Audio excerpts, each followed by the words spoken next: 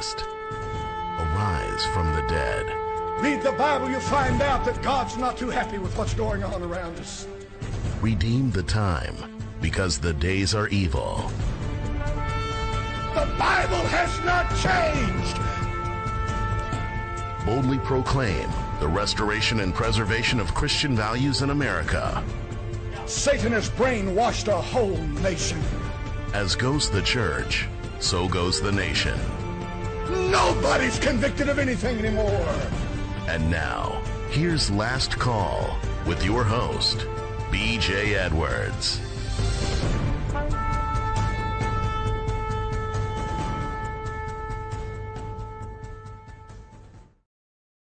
Morning. We got a couple of guests. They're busy. We're going to get to them quickly, but I got to do this disclaimer. You're about to listen to 2 hours of opinion, entertainment supplied by Last Call Radio, where you can see the difference. We're not doctors, lawyers, politicians, professional journalists, nor either of us hold a doctorate degree in anything.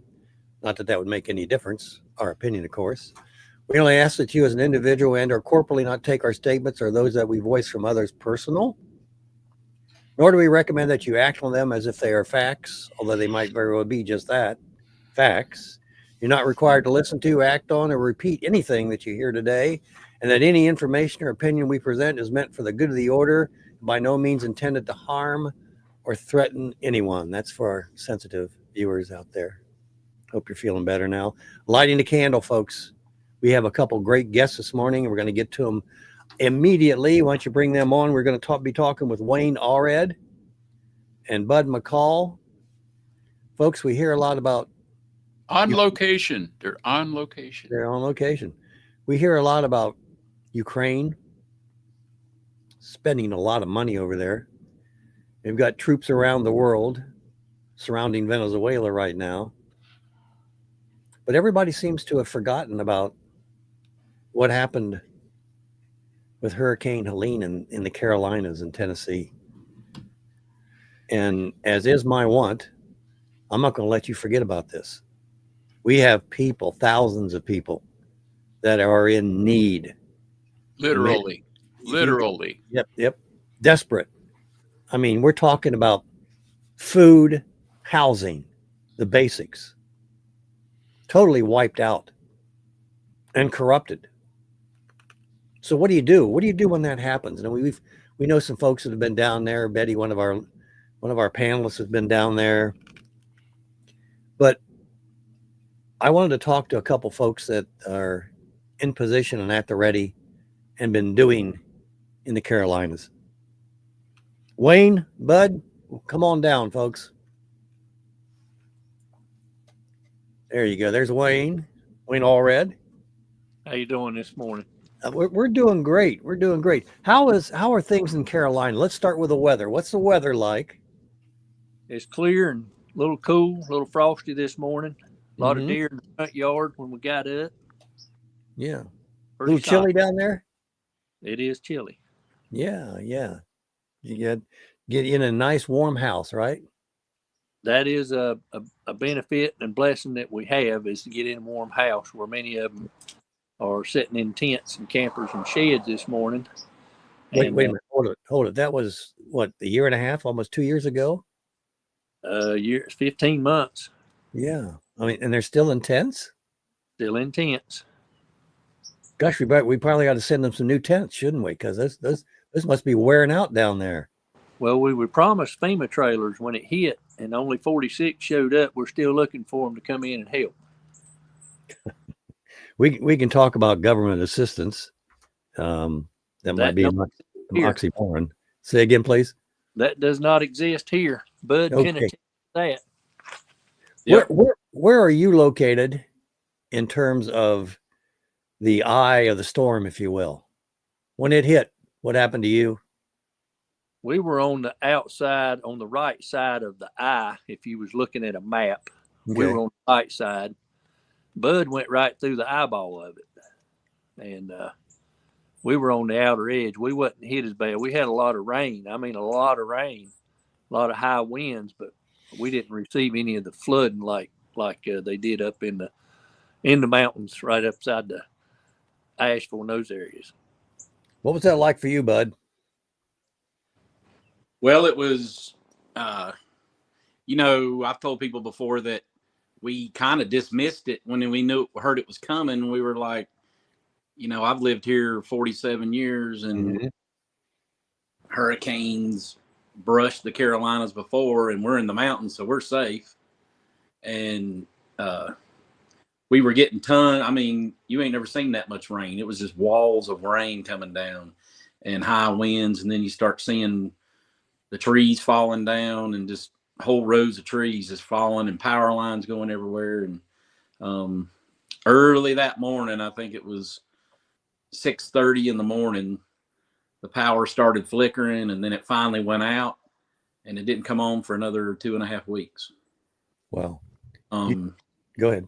And for my area, we were in I told Wayne, it felt like we were in, the dark ages where we had no communication, no phones, no internet, no power. It was just the only communication was walking out in the street and talking to your neighbors. And we had no clue what was going on in some of the areas that were harder hit than us, and the devastation or anything for days. Mm-hmm. So after this hit and you had the communication issue, you started helping folks, and what did that look like? Either one of you can respond to that, Wayne, Bud. Well, I have family that lives very close to Bud. Okay. In a little area called Zirconia. And I had been trying to get a hold of my cousins up there, and took a while, but finally did get a hold of them. It was a day or so after the hurricane, and they were still trying to cut their way out. They had went one direction, removing the trees, and got to the creek and couldn't cross the creek. It was everything was flooded, and she said it was bad. People had no power. They were okay. They had a generator, but I asked her if to get a hold of Pastor Tim, and she said, "Well, there's no power over that way either. He's having to leave the church and walk to an area to get a cell signal, and he was doing that a couple of times a day." And so I called and left him a message, and he returned the call the next day, and was telling me how bad it was. And that's when we started organizing, getting food and water, because he said nobody had any way of getting any more food. The grocery stores were out. The food was going bad. It was in the refrigerators and stuff, because this was in September. It's still short sleeves and short. So we amassed a coalition of churches here of 21 churches, and people just started donating, and we run 60,000 pounds of food up to Bud's church there in Flat Rock on the very next Saturday. Now, you knew Bud before this happened? I didn't personally know Bud at the time. I knew his dad, and my uncle had been the pastor at his church. I'd seen Bud, but I didn't personally know him until after this happened. But my dad and his dad had been on mission trips to the Caribbean to repair hurricane devastated churches all the way back as far as 1990. Okay. So you have the beginning of this, and what did you see in terms of the devastation? When we got up, we took that big load up there that day. We started seeing trees and things down when we got just on the other side of Shelby. And the further we got up into the mountains there, we could tell it was bad. But we had already talked with people that was on the route that we was taking to get up there, to make sure that the road was open, the power lines had clearance to get a truck in there, and we could get there. So we knew this information before we ever left with the load. Okay. In the community that you lived in, Wayne, how many homes, individuals that you knew, were basically out on the street that had no place for shelter? In my area, like I said, we're about 2 hours from where the devastation was. So all we got was minor flooding wind damage.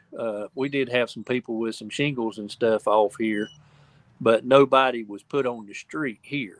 And that's why we were a donation site here, because we could obtain the items of donation, and we knew how to get to Bud.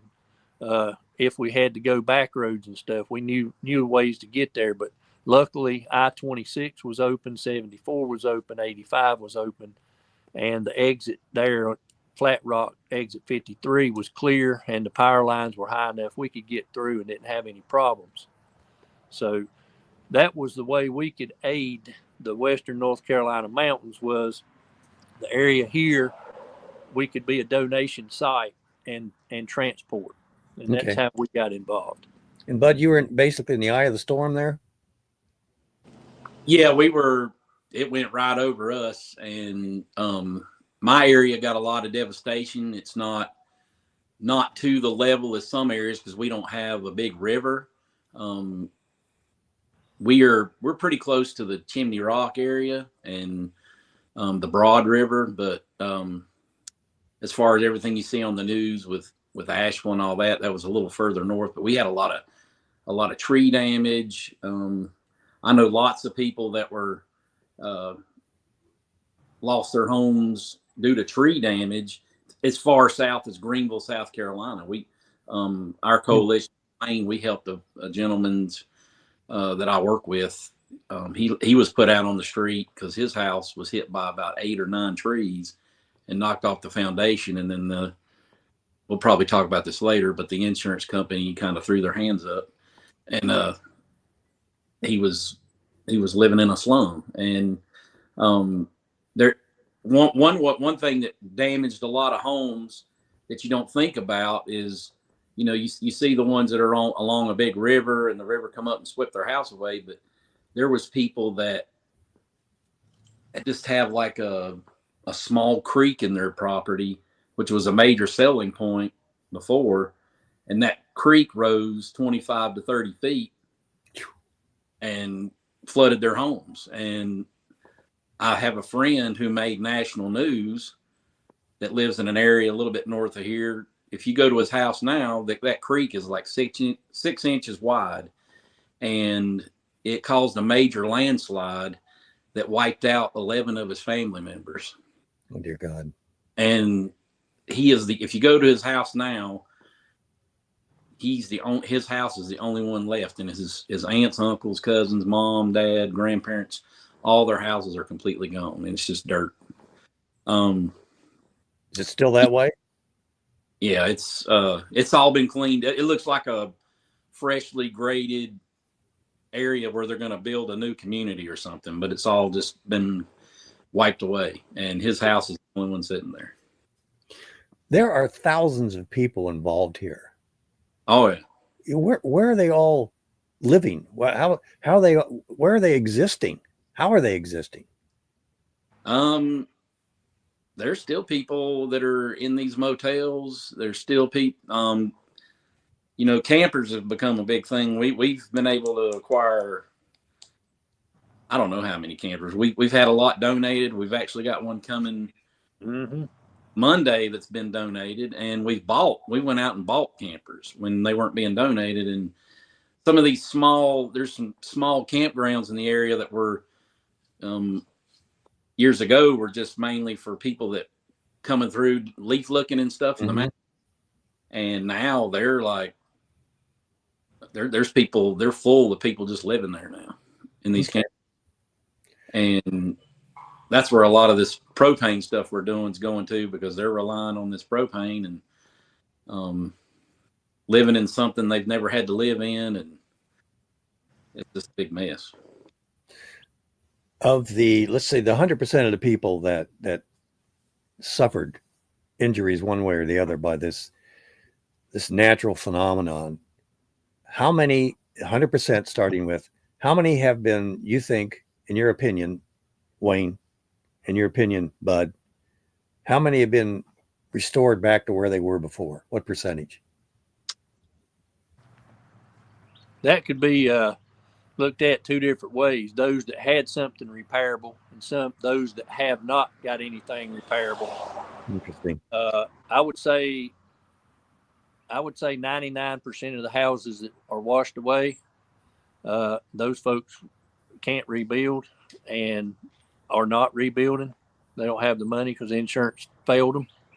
The safe net failed them there. Maybe the repairs, maybe half of those have been able to get help to repair. What do you think, Bud? That a little high? I was going to say, the homes that needed just some repair work, it maybe 25 to 30%. And those are the people that were fortunate that had decent jobs and good home insurance and knew how to, work the system and get the funding. But a lot of these people, you still see the tarps on the roofs, and they're living in. There's a lady I know up in one of the counties I go to.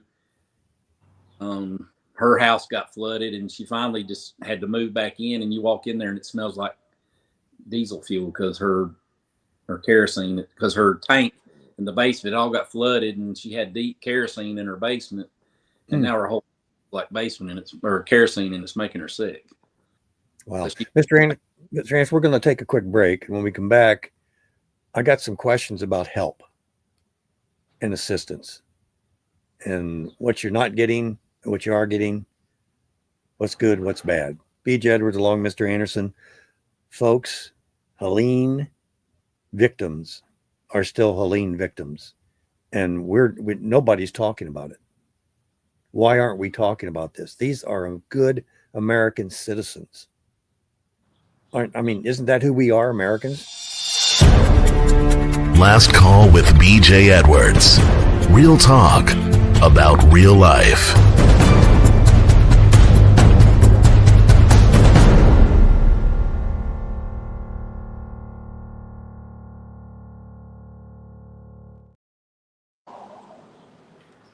Wayne Allred, Bud McCall from the North Carolina areas, talking about Hurricane Helene.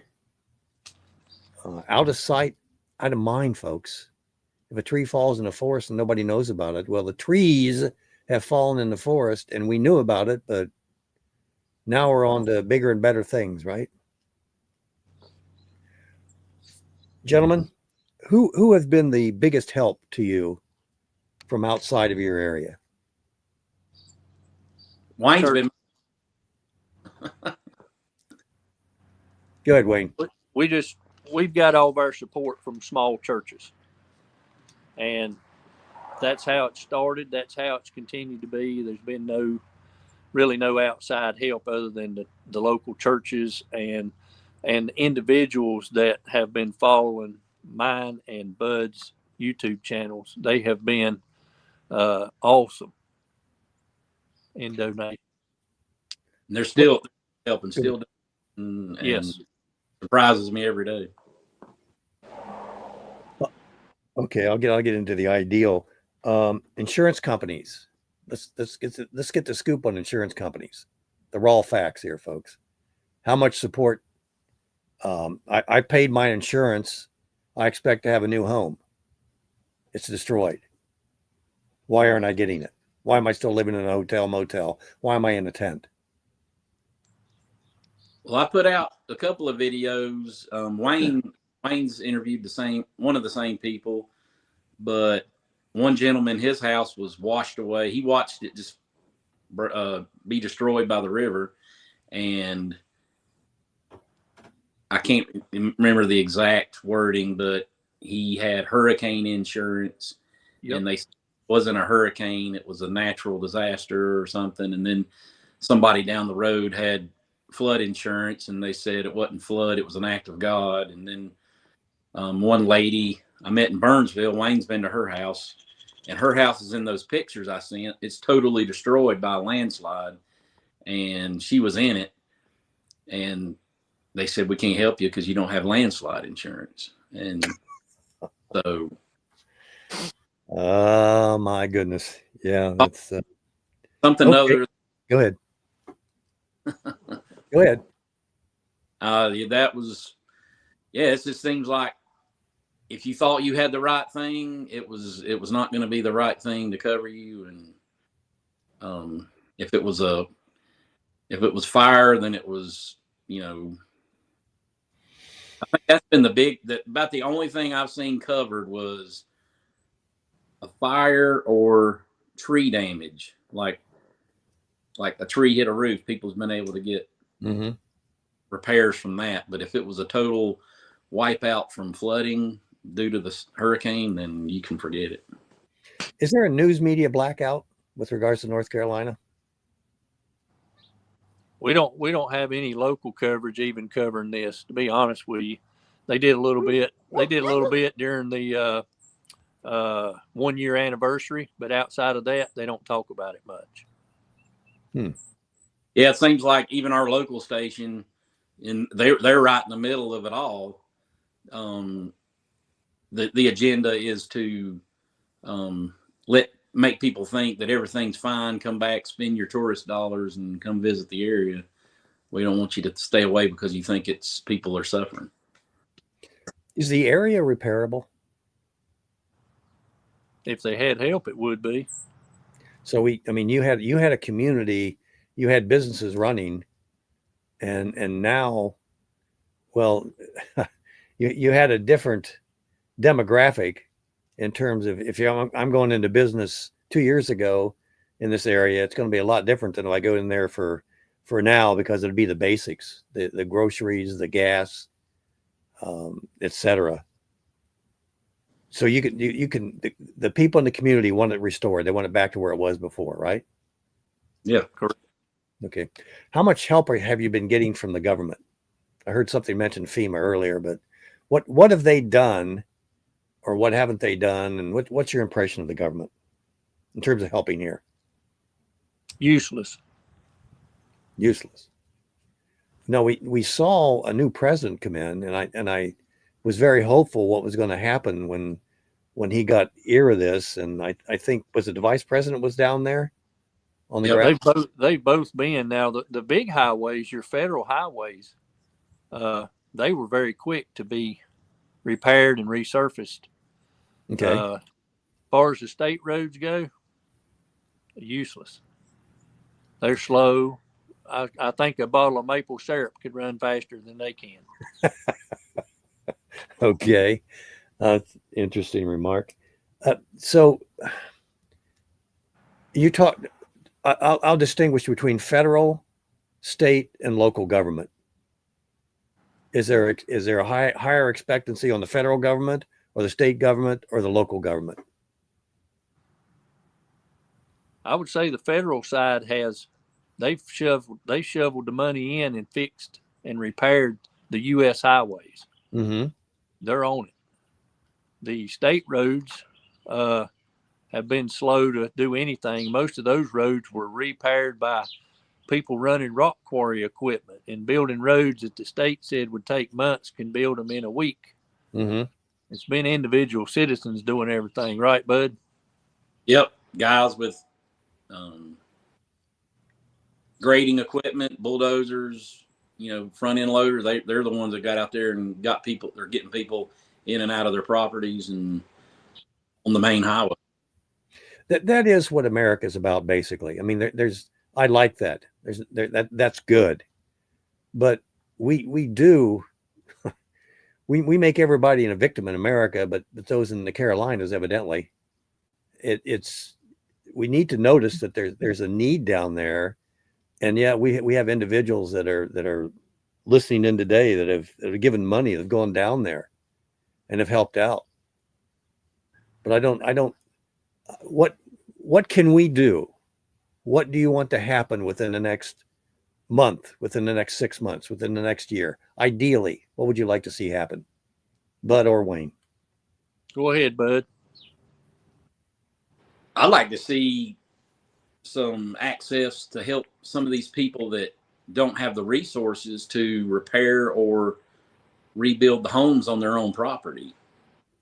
And there's a little bit of that going on, but the few groups that are doing it are doing all they can. Mm-hmm. there's more people than they can handle. And I'd like to see where there were, one thing we've talked about is food security. One of the main areas I go, it's a 3-county area. There's three grocery stores for 3 counties, and it's just every time you go, they're swamped. And some people it's over an hour drive within their own county to get to the grocery. They can't afford the gas to get to the grocery store, and then those stores' prices are so high. I've had people that's donated food and brought food here from other areas. They can't believe how high the grocery prices are here. And our area, we mainly have one big company grocery store that is kind of runs it all. There's one big chain. There's a few small ones, but Walmart here and there. But some of those grocery chains, they have a big monopoly up here, and you're paying for it. And these people, that's where we're supporting these community centers that provide free food and what little bit of daily staples they can for people. And but I'd like to see some other stores invest in the area and give some of these companies some competition to prices. Would you have any problems with the government financing that? Anything the government gets involved in is destroyed and upended. They need to keep their hands out of it. Let private business do its thing. So you don't want any money from the government?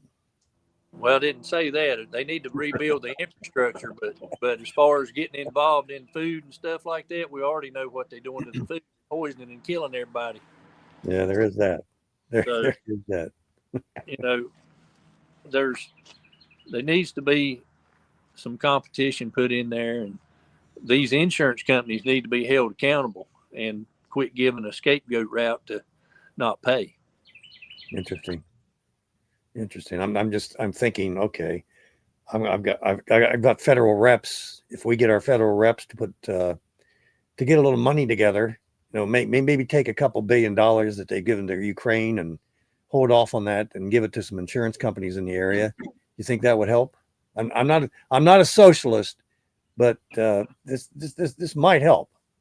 Well, you think about that. You think about the bank bailout they did in 2008. They bailed out all the banks with all that money. They could have paid everybody's mortgage off in the United States, and look where the economy would be in.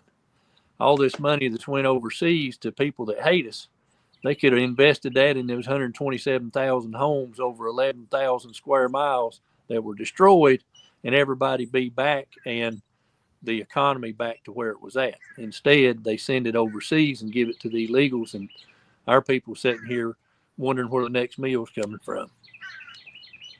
Yeah, I was going to say my concern with the government sending the funds is where it's how it's being used, and if it's being used.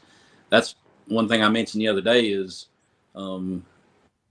they've sent millions and millions of dollars to the area for repairs, but nobody's seen much done other than roads being fixed and the federal roads. And just like there's been celebrities come through and do concerts and stuff in Western North Carolina, but nobody's heard or seen anything that was done with any of that money. So whoever's getting all this aid coming in is being tasked with managing it properly and using it, but I haven't seen much accountability on how it's being spent. Well, the question would be who would take responsibility for that? We're going to take a break. We'll go back. You can answer that question. And I think Norm might have a question or comment or two. BJ Edwards, along with Mr. Anderson, this is your last call, folks. Lighting the candle. This is Do Radio. Folks in the Carolinas need help. And I'm going to ask more specific questions in terms of what that help might look like for Bud or Wayne. Again, BJ Edwards, along with Mr. Anderson. This is your last call, folks.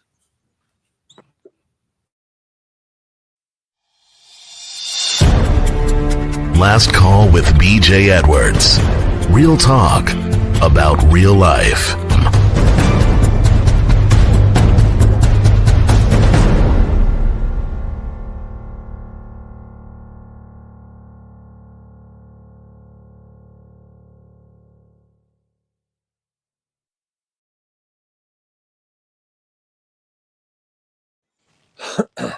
We've got Norm on the line from Kentucky, and Betty might have a comment or two as well. Norm, well, do you have a solution for this, Norm? Well, yes, I do. Yes, I do. You know, I cannot believe that President Trump knows the truth about your situation. I know that he would help and get involved. And what I'm going to suggest to you for you to think about. Now, he was in North Carolina last night doing a rally, and I watched some of his rallies. And at most every rally, somebody will yell something out from the audience, and he responds to it. And I would get somebody at every rally and say, "We've got thousands of people living in tents in the dead of winter. Would you help us, Mr. President?" And see what his response is. I would go to his next rally, and I would keep doing that till I got his attention. And I believe that he will help, and he's a president that gets things done. He has compassion for people, and I believe it would help you. But you've got to get his attention. Gentlemen? I can't disagree with that, but the problem is the people in Western North Carolina still have trouble traversing the area due to the 7,000 private bridges and roads that are out. Part of the I-40 is only down to one-way travel on each side going into Tennessee. And the ones that are helping, like Bud and many, many others, they ain't got time to go to these rallies. They working full time and also providing food and water and anything else they can. Well, I think we can raise the money for you to find somebody in the area that's well spoken to pay for them to go to these rallies. Find you somebody that can do that, and I think BJ would support it. I'll send some money to you for that purpose. Yeah, I don't even think we would get to do that. Well, you'll find somebody. I mean, you can find somebody. Somebody in the audience here, Yeah. folks. Last call. Somebody in the audience. Come on. Do you see a need for that? If you see a need, that's your calling. You've got the marketing expertise. You have the contacts. These people are hurting in the Carolinas, folks. They are hurting. These are Americans. The federal government is the only one big enough to supply the money for y'all. I don't think your state can do it, and certainly your local counties can't do it. And the churches have done all they can do. It's, this needs to be handled by the federal government, and President Trump will do it if you'll get his attention. And we need to keep the light on it, folks. Yes. That's the problem. Every rally till he agrees to meet with a coalition of y'all and learn the truth about what's going on. And you also need to try to find somebody that might do a documentary on it that could bring some attention to it too. You hear that, audience? Go ahead. You're right. They're saying they'd love to go to the rally and do that. Yeah, that would be good. Now, we've had some people to do some documentaries and things, and our coalition was initially called about it, but those documentaries, I think, don't want to hear the truth, and they never called and followed back up with any of us. Right. It's embarrassing. You're going to have to get the president's attention. Yeah. That's where I put my focus, getting his attention, whatever it takes. Yeah. Need the ideas out there, folks. Need some ideas out there. I do have a friend of mine I mentioned that lost 11 family members. He got a personal visit from J.D. Vance, and he told me that J.D. Vance gave him an email address to contact him directly with what's going on in his area and if he needed anything. So I need to reach out. Good. I need to get with him and see if Good. I can I'll get him to help me work on that. Squeaky hinge gets the oil, folks. Amen. Amen. Squeaky hinge gets the oil. Betty, go ahead, please. Well, it's heartbreaking, what's going on and still going on. And you nailed it, Bud. You need to get emails, send them to J.D. Vance and send them to President Trump. Thousands, keep sending them. Send 50 a day, 100 a day. Get your people that watch you to send it. I've been down there 8 times. I spent 3 weeks in my truck. I turned around, had to cry so many times. It's just unbelievable what you've went through. And, now I'm really mad about CPS taking the children away, because We these haven't even people got are there. still living in tents. Their family, that's all they have left, and now they're destroying that. Our government, I believe, created this mess, and they're creating it all over the world with their chemtrails. And that's my personal opinion, just so they don't get on JR's case or anybody else's. But, instead of sending money to Ukraine, why aren't they sending it to you? It just makes my blood boil. So we have people up here still sending stuff down. I spent most of my time, one time in Swannanoa and mostly in Anchor Ridge, if you know about Anchor Ridge in North Wilkesboro. But I've been trying to get a hold of them, and I can't seem to get a hold of them. So maybe we can try to get a hold of you or whatever, as long as it's going to somebody down there and helping them instead of someone's pocket. So thank you for what you do. God bless you. I pray safety over you. Thank you. We have doers here. Go ahead.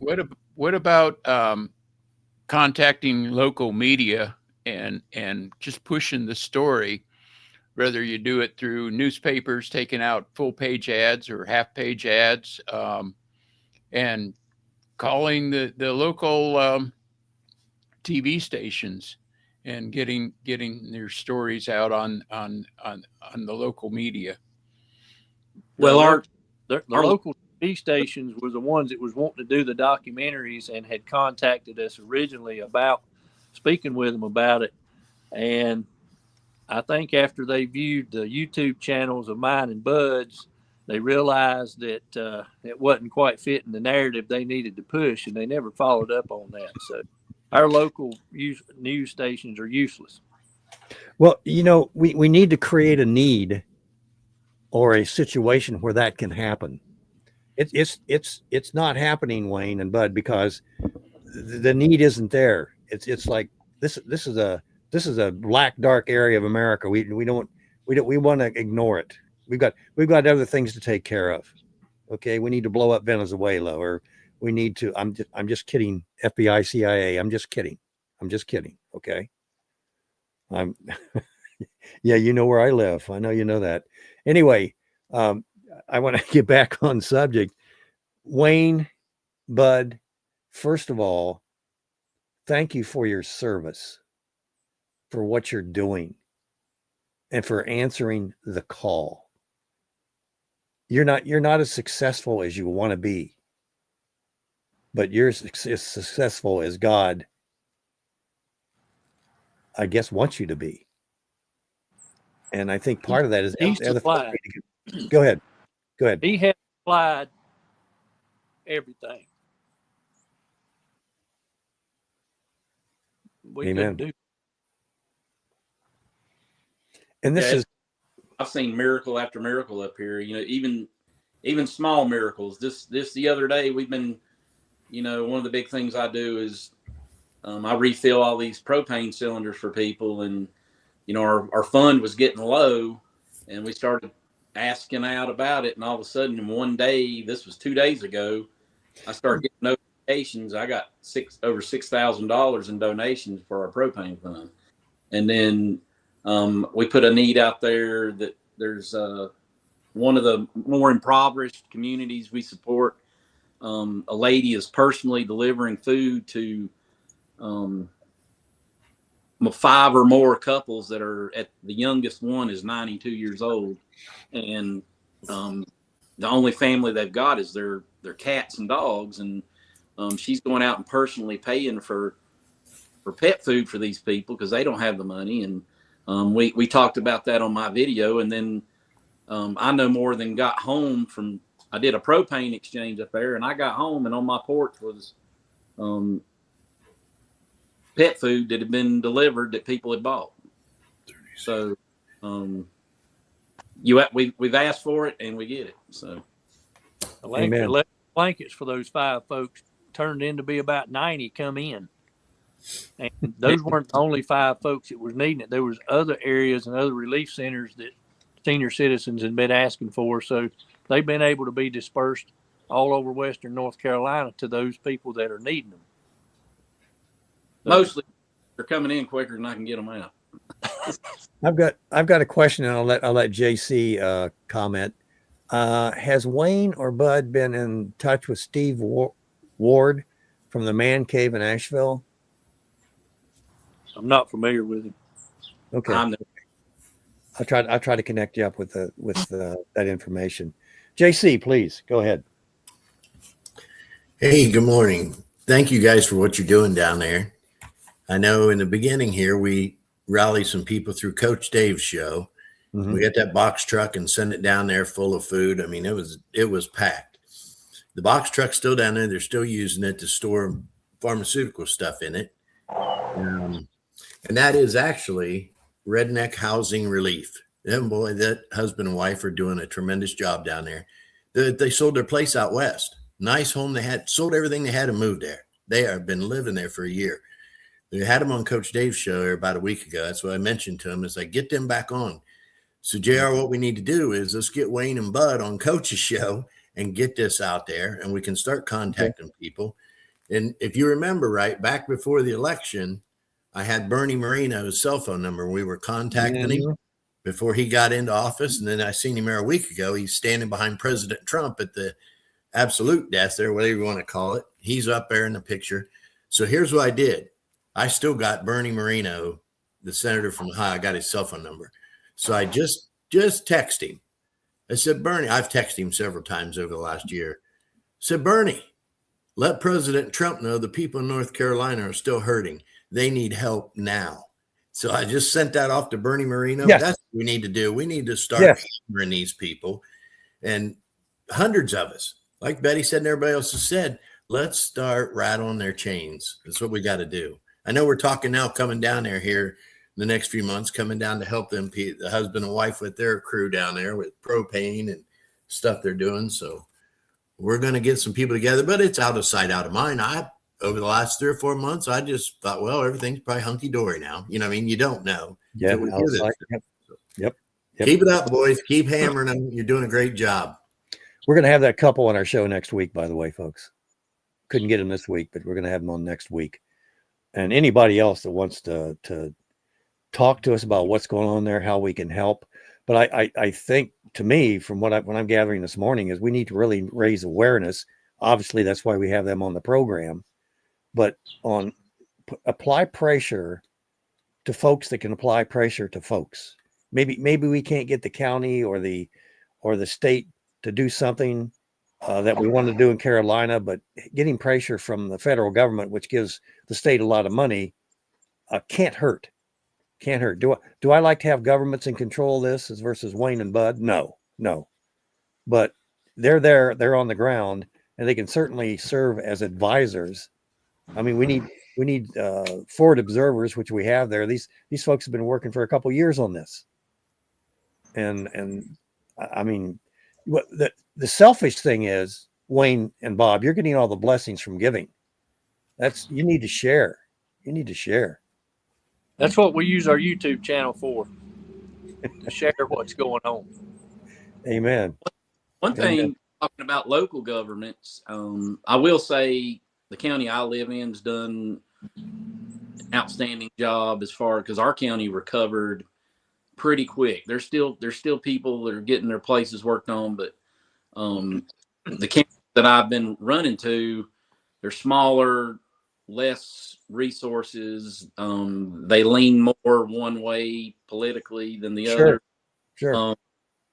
Wayne can attest to one thing we were able to do for a gentleman was build him a bridge to access his property. He's an older gentleman and was having to walk at least 300 yards from his house to go across a little rickety footbridge across the river. And he was afraid he was going to break his leg on the rocks. And we got him a bridge put in, and it really made the local government where he lives mad. And now there's people telling him, we're going to make you rip that out because it doesn't meet the new state guidelines that they just put out after we put the bridge in. We're not going to do anything, but we don't like the way you did it. Pretty much. That bridge will support 80,000 pounds plus, which is all you need for a tanker fire truck to go across. And they don't like that. And they're using the federal government, or they're not the federal, but local governments are using the new FEMA flood and mapping zones elevation mitigation to try to keep these people from doing anything, even to rebuild. There's a lot of people in sheds and campers on their property that will not move and will not leave, and they're denying them power today because they're in the newly developed code of elevation mitigation of 1,000-year flood that took place. And so they're denying basic humanitarian aid to people by denying them power and running water, and they're telling them they can't stay there because they're not hooked up to power and a septic, and they're the ones prohibiting that from happening. Folks, with public opinion matters, okay? Public opinion rules. Don't, please. I'm not going to do this because I just don't think my senator or the president or whatever is going to listen to me or even hear me. And I can guarantee you that if you don't do anything, they won't hear you. But they will hear the other side. They will hear Ukraine. They will hear about Venezuela. They will hear about this and that and the other. This needs to be, what's happening in Carolina needs to take a high focus. And it's not going to do that unless you all out there start building the fire to make this happen. I know that you have to go, Wayne. You've got another interview coming up, and I want to let you get out of there. Any closing comments before you take off? Yeah, we have one of the anchor churches that has provided funds to help rebuild 16 homes, and is the Central Global Methodist Church. They've got a program called Helping Hands, and that program has took in almost $800,000 since this happened, and it has enabled 16 families to receive help on rebuilding their homes. And we vet these families. These are families that are not going to get any help. They've not received any FEMA money. They've not received any insurance money. They've never been on a federal program. Their kids don't even get free lunch. That's how tight we vet them. These are the folks that are falling through the cracks that will never get help. Wow. These are the folks that Central Global Methodist are helping through the Helping Hands Fund. And that information is available on my YouTube channel under the description. And you're also going to see ways you can donate to any of the relief centers that we support, and ways to support the propane fund out of the company in Landrum, South Carolina, that gives it to us at wholesale cost, so that we can provide people warmth that Brother Bud hauls twice a week up into the mountains, giving these people at least something warm. And the people that follow our channels are donating food daily to these relief centers so that these people can have a meal and not have to worry about where the next meal is coming from. Because most of them's lost their homes, they've lost their cars, they've lost their jobs, and they have no way to do anything. And this wasn't yesterday, folks. This wasn't yesterday. And all they get is red tape. Most of them never got that $750 it was promised from Word Salad Harris. They never was able to fill out forms to get any FEMA help because the wording wasn't correct. Nobody from FEMA would answer the phone. They were bypassed because they had a Trump sign in their yard. All that took place, folks. And that's why we're in the situation we're in. I have a suggestion from JC. JC wants us to pray for Bud and Wayne before they get out of there. And Norm, you want in, so I'm going to let you start the prayer, and we'll take it. Yeah, I want to make one comment. My good friend JC, sent Bernie that text that they need help. That does not touch anybody's heart. Okay. What touches my heart is that people are living in tents. What touches my heart is that people are losing their kids because they don't have a place to live. that touches people's hearts. So that's what you're going to have to think about. Not just that we need help. Everybody needs help of some kind from somewhere. But anyway, that's just my last thought. So let me begin to pray for you. Father, we just come to you in the name of Jesus. Our heart just breaks over this situation. And I'm going to admit, I hadn't thought about it in months. And thank you for JR bringing this to our attention. And Lord, we just pray for these fellows that's given their life to work so hard. And we know they'll hear, well done, thy good and faithful servant, one day. But right now, Lord, they need your strength, your power, your influence, and your direction. So we just pray for these folks in the name of Jesus. And amen. Thank you, brother. Amen. Thank you. Appreciate you. Wayne, you're excused. Thank you, sir. I've got another one I got to be on here. I know you do. I know you. God bless you, sir. Bud can help you out. He knows he's right on target with everything, and I'll do my best. That's exactly right. I didn't meet Bud until we took that first load up there personally. I knew his dad, but I didn't know Bud personally. Now Bud's one of my closest friends. Yeah. You're doing familiar things. Yep. Helping people. Yep. And it's I was going to say you could run and hide, but I don't know how you can run and hide from what's happening down there, Bud.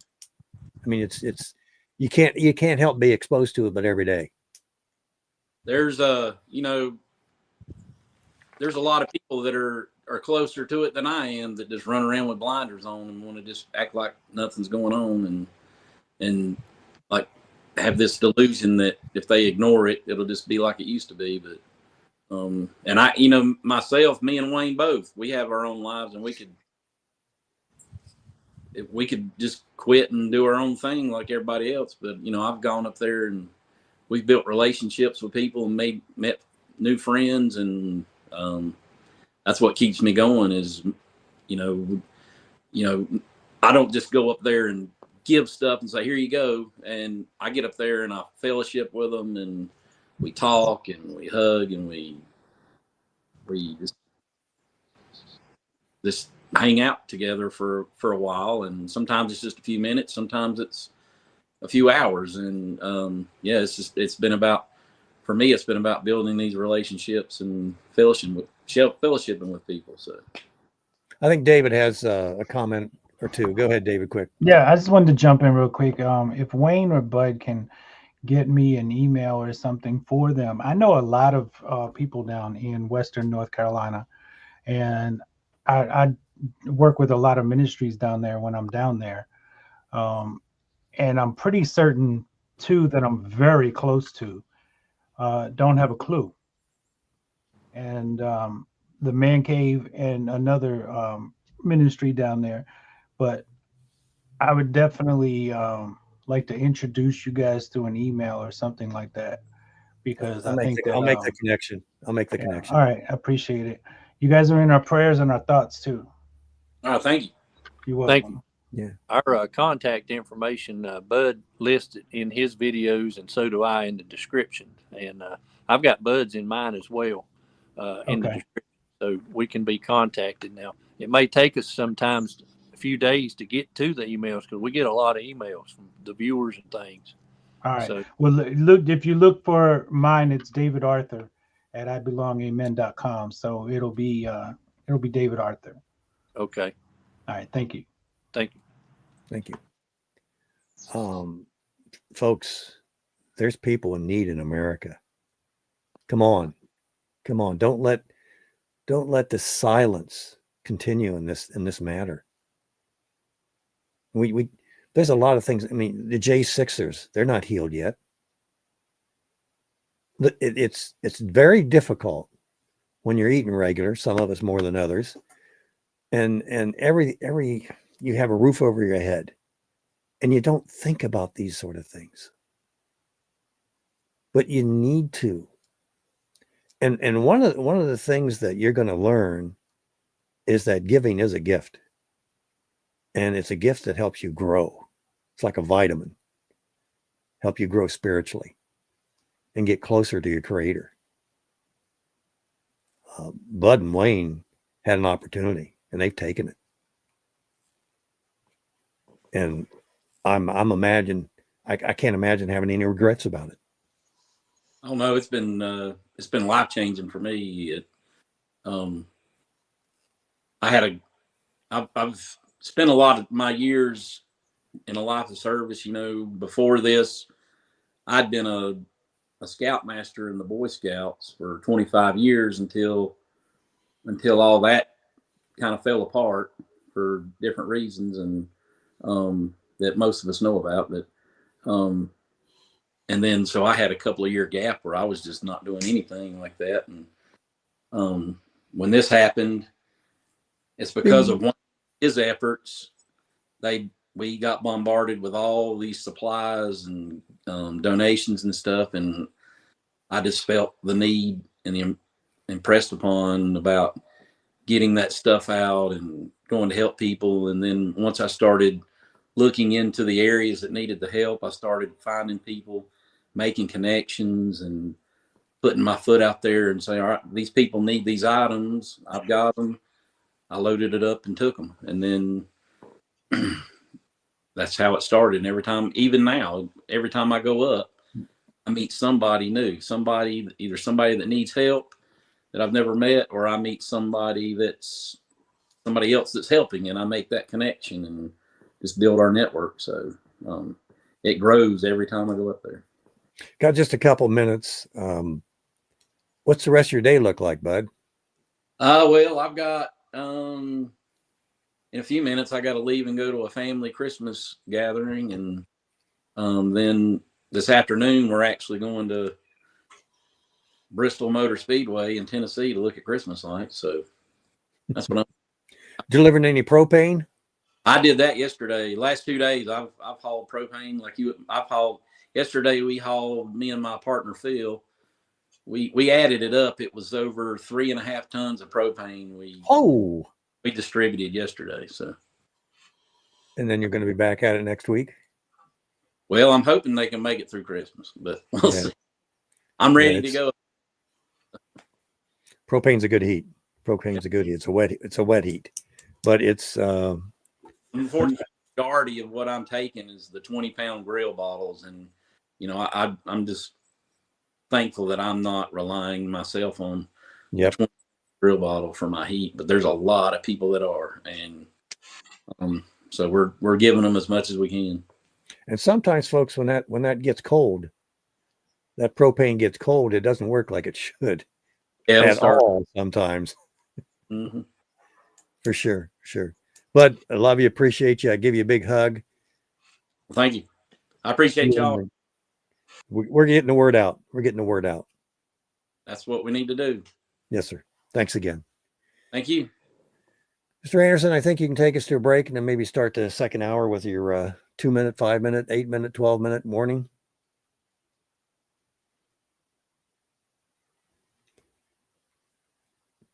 Carolinas, folks. Carolinas. Don't forget about them. You're muted, Mr. Anderson.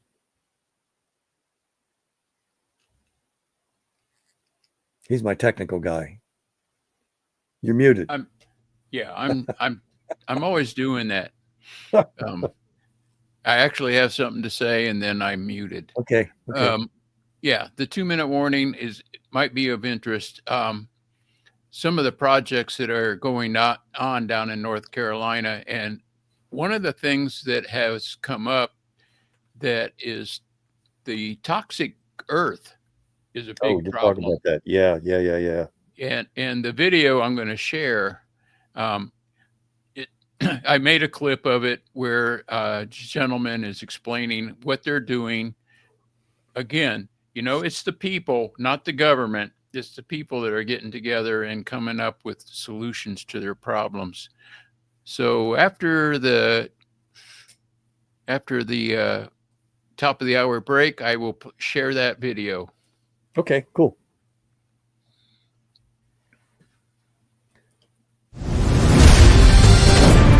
Keeping you informed. This is Last Call with BJ Edwards.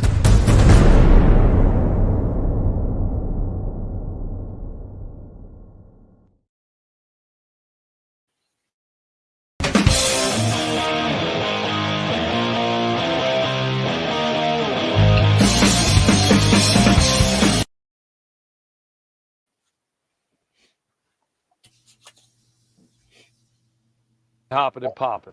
What's up, y'all? I am at what I'm going to call ground zero for restoration here in Western North Carolina.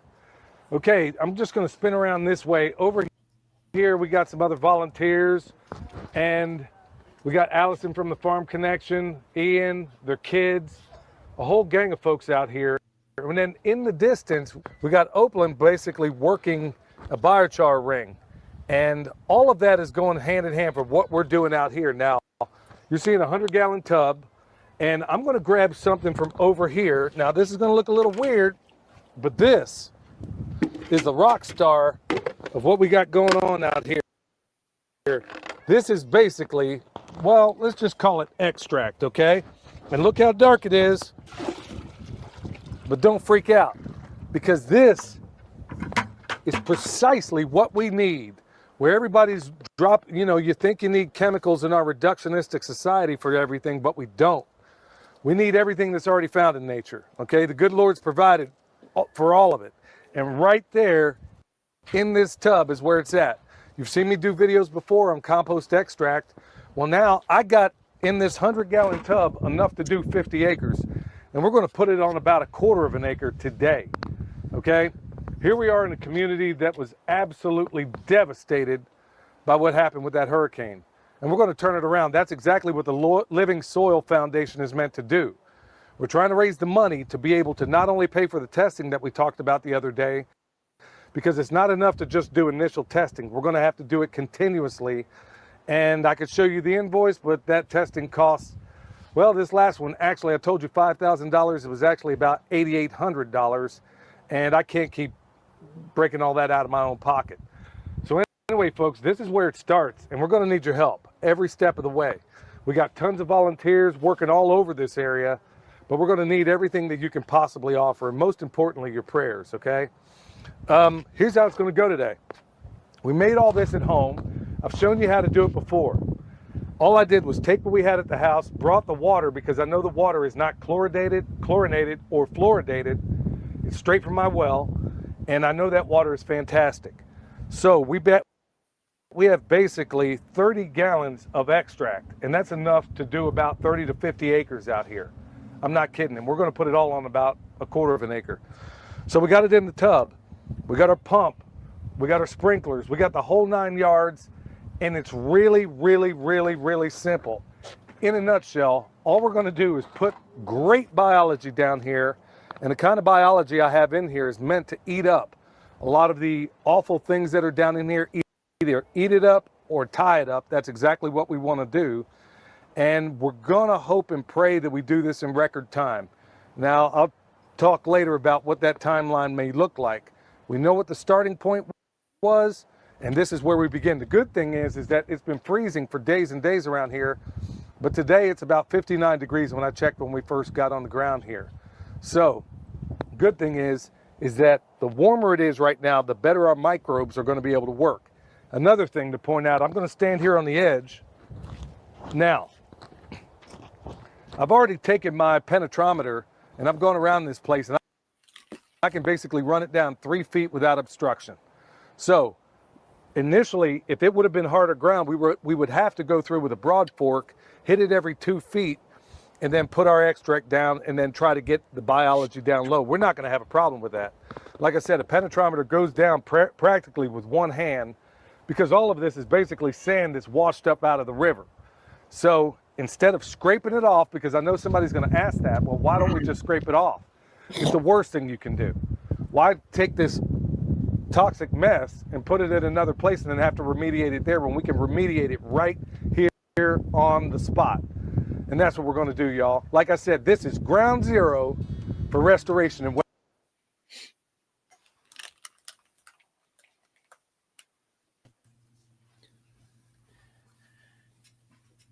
so using biology and fixing the land.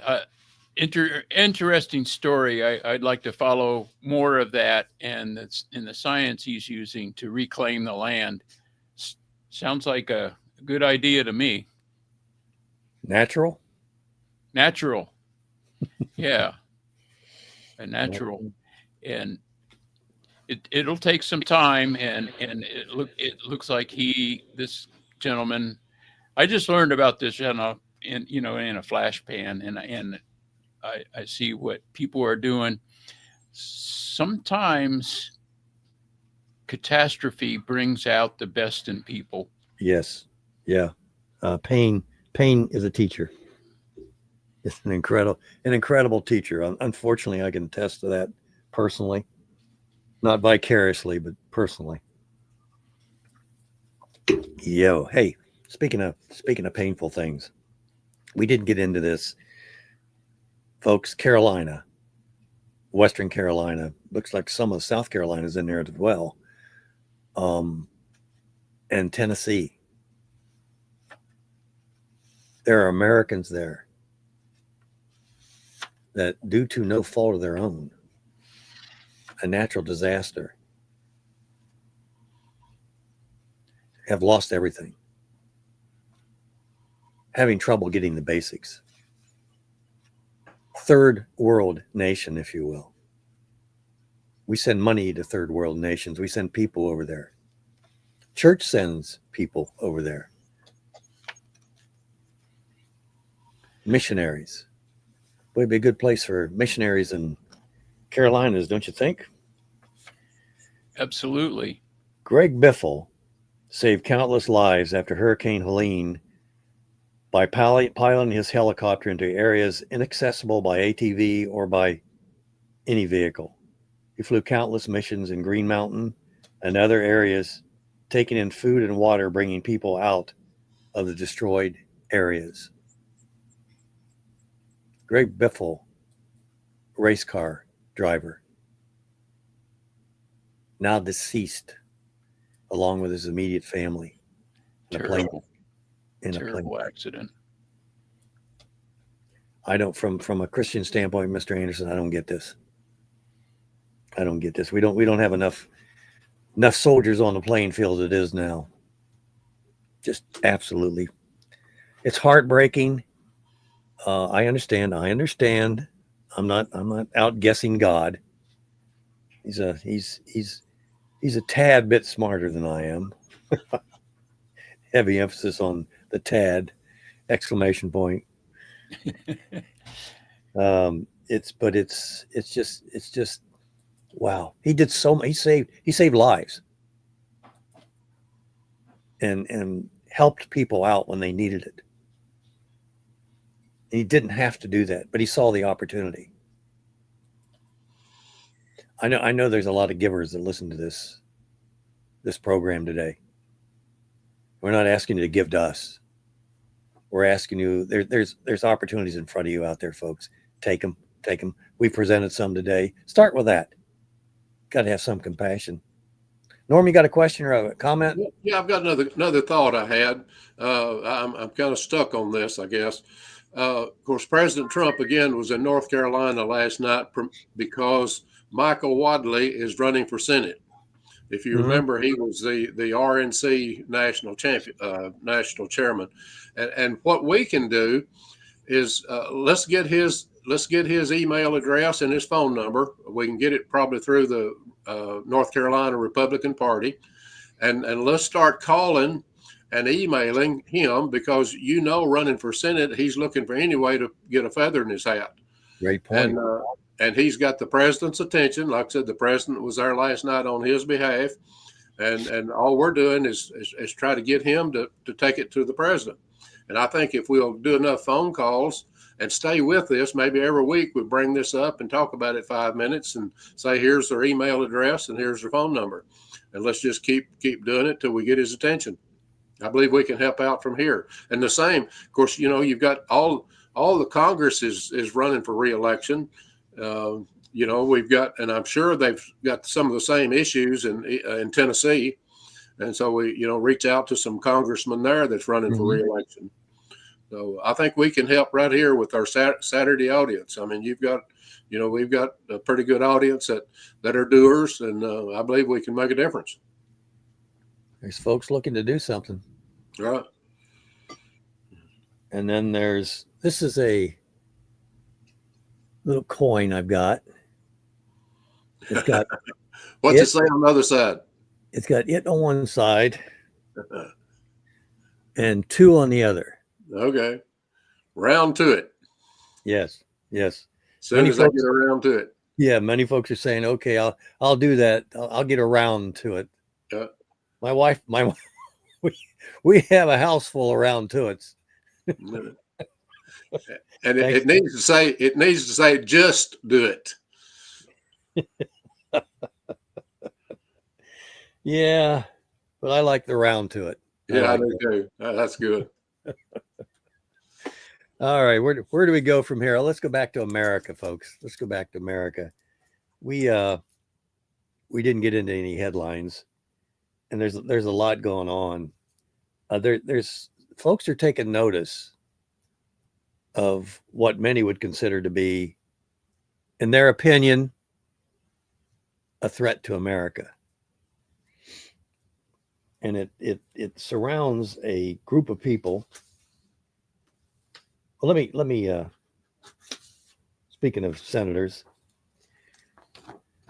Senator Tuberville, Islamists aren't here to assimilate. They're here to conquer.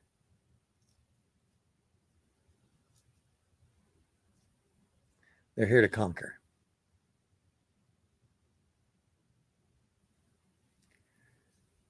The Alabama Republican says, let's be honest here. America's paying more attention to Islamic jihad in recent days than it has in quite some time. And Senator Tommy Tuberville, Republican Alabama, for one, has quite enough. He wrote, Islam is not a religion, it's a cult. Islamists aren't here to assimilate, they're here to conquer. Stop worrying about offending the pearl clutchers. We've got to send them home now, or we've become the united caliphate of America. I could go on, but I'd love to. JC wants to comment. I don't think it's on this, but I'd love to know what you think about this. Another GOP congressman is starting a Sharia-free America caucus. Interesting. JC, what's on your mind, brother? I just want to let you know, I liked what Norm said. I'll add more to it with Bernie, just some of the details, the tents, the campers, the propane, but he actually did just contact me back and give me a thumbs up on it. So I'm not going to let him off on the hook on it. I'll stay on him and get his attention on this. So, but at least he commented back. He got the message, give me a thumbs up. So I'll stay on him. It's who we are as Americans, folks. And thank you, JC. Again, folks, this is Do Radio, where you can see the difference, obviously. We do light the candle. And there's so many of us that are addicted to cursing the darkness. Oh, look how dark it is over there. Oh, but wait a minute. It's even darker. Wait, hold it. Look over here and see how dark it is. It's dark and rainy over there and cold over there. I got you. This is worse than that. And that was worse than, and we just go on and on and on. And we have conservative outlets, and they're opposites doing the same thing. It's day in, it's hour in, hour out, maybe minute in, a minute out, about the same doggone thing. The same, and they want to be critical. Like I listened to Fox News when they were talking about the Brown University and what was going on there and how they were criticizing the folks that were trying to find the killer. They couldn't do anything right. Well, it's been an hour and they haven't arrested anybody yet. What is the problem? How incompetent can you get? And look over here and look over there. Folks, we need to stop that. We need to be more positive. Again, we need to do more lighting of the candle. Not just in church. Go ahead, Mr. Anderson. Well, I've kind of sheltered myself from some of the latest news, I'm aware of the shootings and the MIT professor that was shot, and they're trying to tie links together and all that stuff. what you started a little bit ago, you were talking about the Islamation. I don't know. I can't make up my own word here.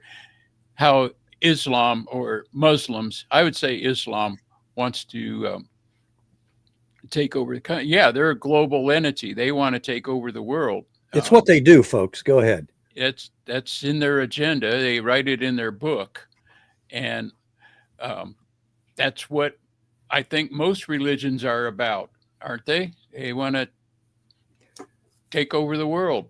They have religious beliefs. Religious beliefs are what? Strong beliefs. They're supernatural beliefs, folks. Go ahead. Sometimes they're strong, and you talk about Christianity now, Mr. Anderson. We have variances. Well, we do, and I'm not even going to try to explain that one.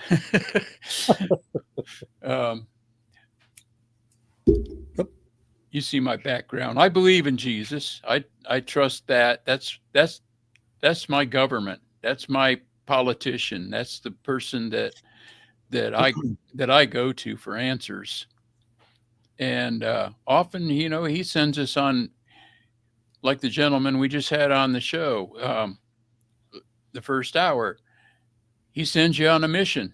Go take care of this. Go take care of that. Don't trust man. Don't trust the world. That's where I put my faith in the Lord Jesus Christ.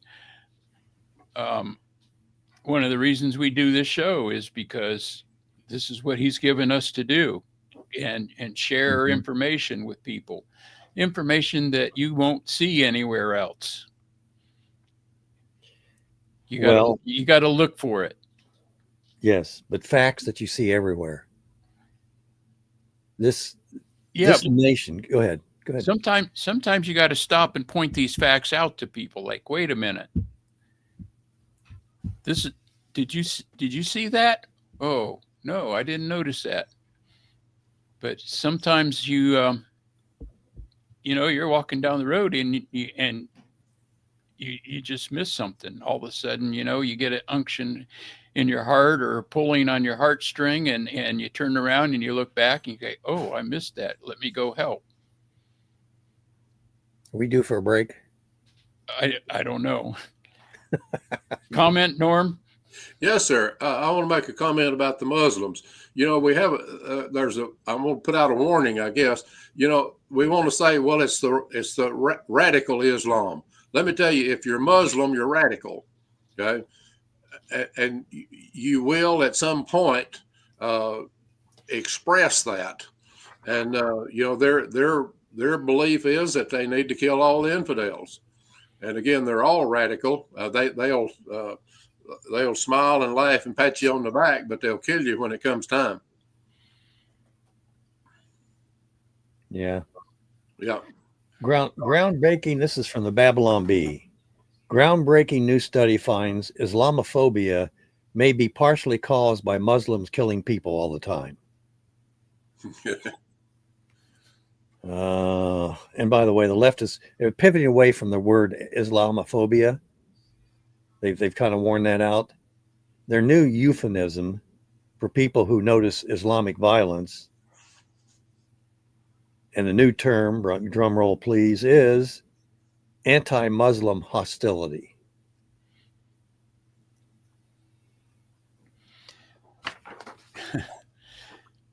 We have a lot of terms out there that tries to discredit what people are trying to say, like anti-Semitism and Islamophobia or racist, or all the terms, and they use that to shut you up. I think, get you quiet.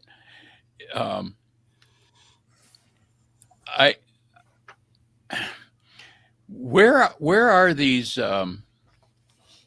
Islamic compounds in the country? We hear about those, and how active are they? And why are we worried about little boats in the ocean 3,000 miles away when we've got people building forts right here in our country, and we got problems in North Carolina. And now I think the state of Washington is getting washed away. What's happening? Where's the focus of our servants? They're not our leaders; they're our servants, and we need to get the government back to serving the people, and not their own interest. You're going to get me back to my subject, favorite subject, and that is the family. There you go. There you go again. Yeah, I know.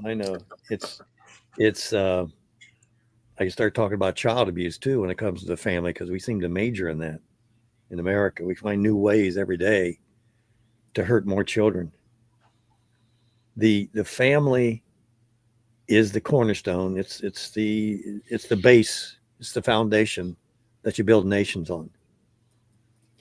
And we were talking about Islam. They understand the importance of that. They have strong family feelings, if you will. And children are taught to respect a leader in the family. And they're taught to appreciate the family and their role in it. And they believe in large families. They don't believe in take care of your career first and then start thinking about having children and then having to pay several $1,000s because you've waited too long to have a child.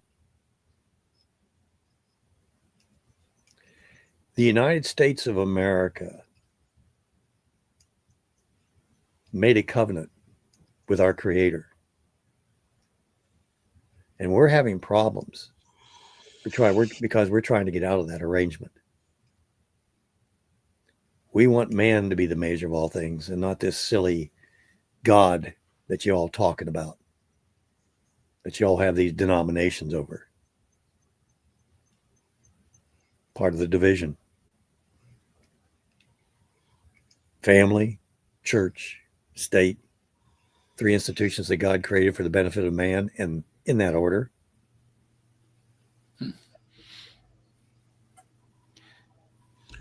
Yeah, and unfortunately, I think Muslims are much more dedicated to their religion or their cult than Christians are to theirs. Yeah, sure they are. Yeah. They realize that they're in a war. Mm-hmm. They realize that. We don't. We don't think there's any war going on. Yep. Go ahead. Yeah, they're fighting and we're not. That's right. Well, we're not at war. Right. Not at war. And it's not happening in our backyard. And the deceit is, they're most of them are good people. There's a few radical ones out there, but most part they're good. I may have shared this before. I heard this 20 years ago. I heard a message from a Baptist minister in Texas, and he had a good friend that was a Muslim. And they were really good friends and close. But the Muslim told the Baptist pastor, he said, "I'm going to be your friend, but when I get the word, I'm going to have to kill you." I heard that 20 years ago. I was just shocked by it. Yep. Betty? Yes. I just kind of jotting down notes as you guys were talking. I don't know if you've seen the Minneapolis schools. A lot of the girls are wearing burqas, about 90% of them.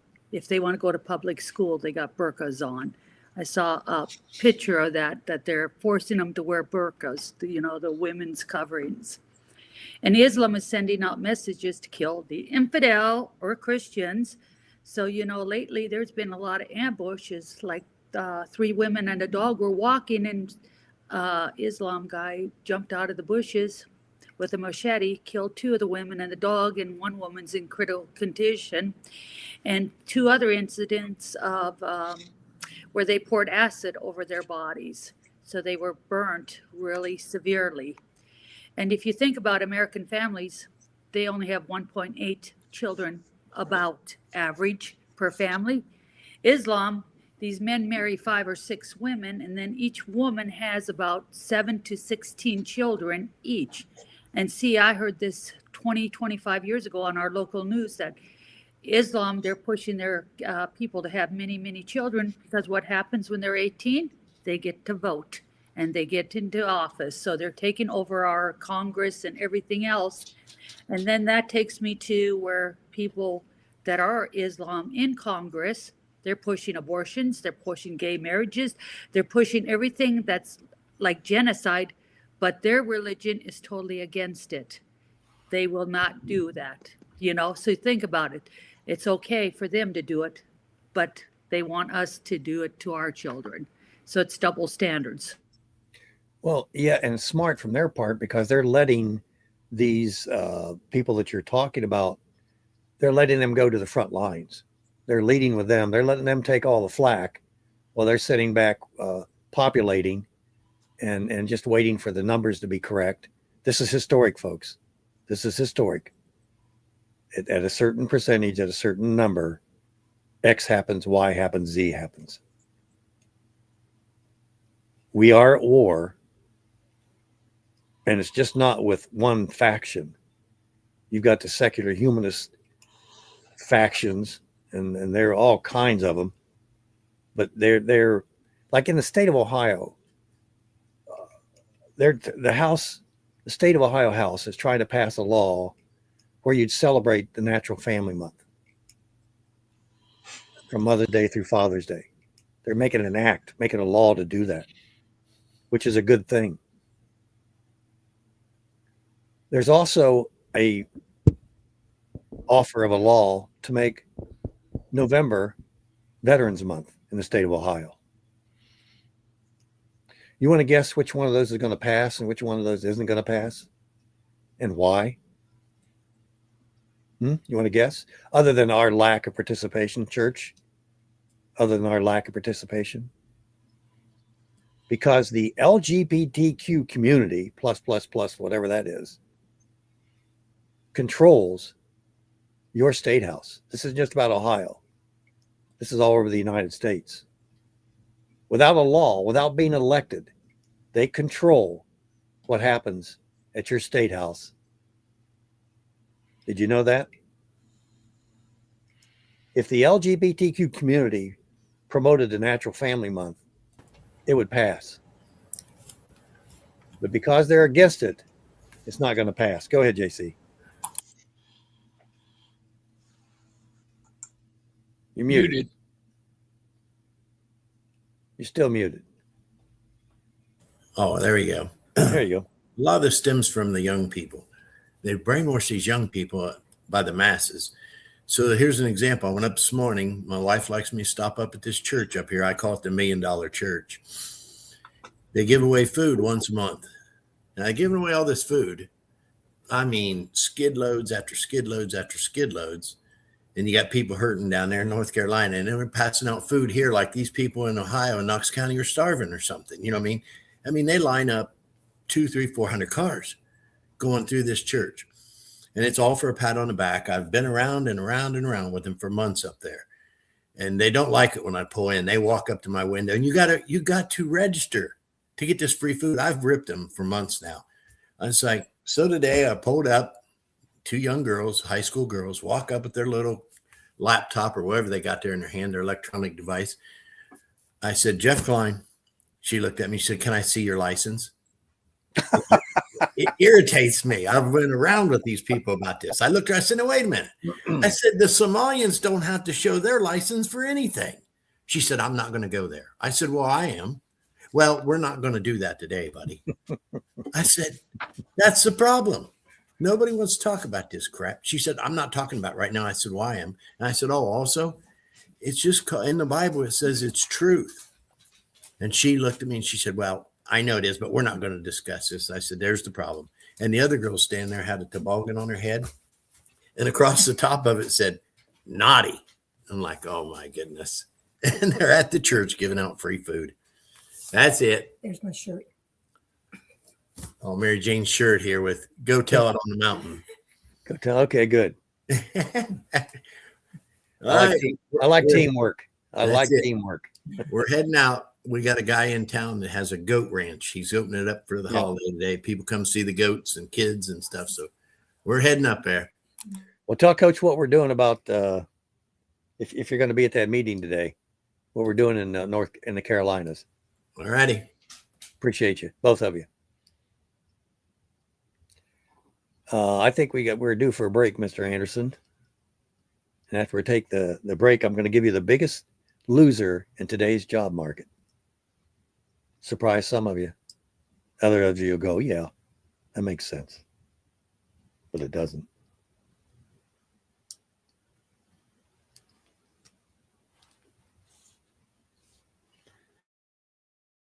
The President of Peace has been busy since he got into office, and he's making sure we know about it too. We've solved 7 wars, wars that were unsolvable. Following the ceasefire in Gaza, he's upped that number. Yesterday I was saying 7, but now I can say 8. Although the path towards permanent peace in Gaza is a fragile one, the US president has, of course, been a key figure in brokering a ceasefire between Israel and Hamas.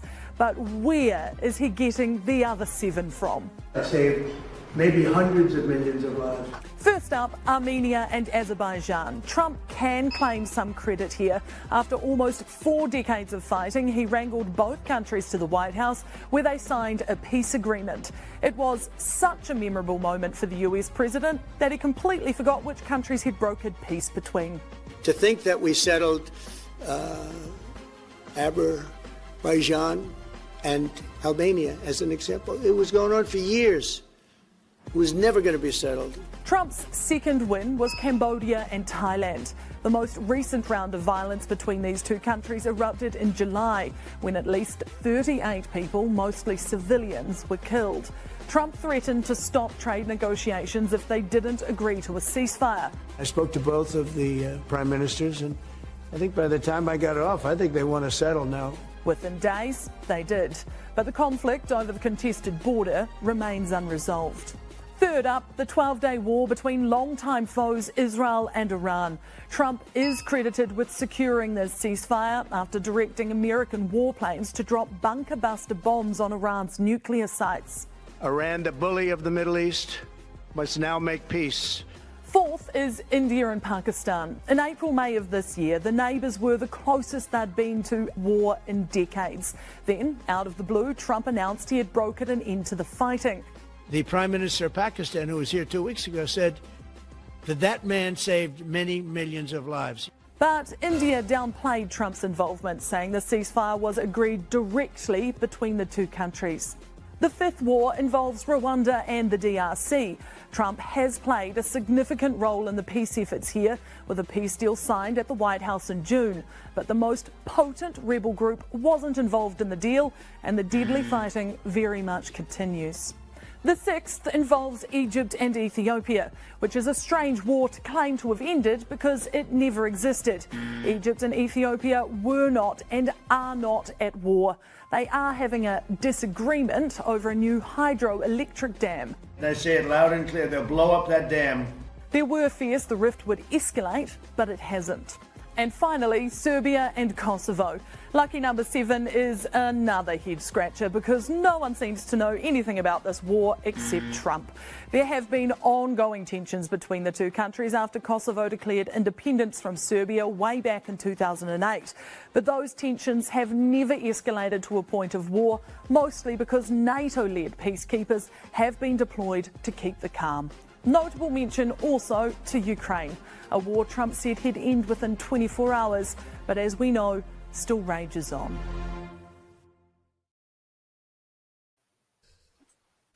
Last Call with BJ Edwards. Real talk about real life.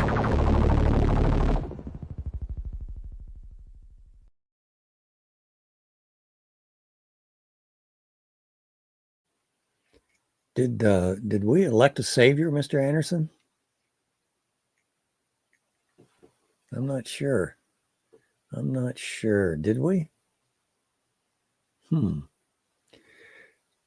Nope, we did not.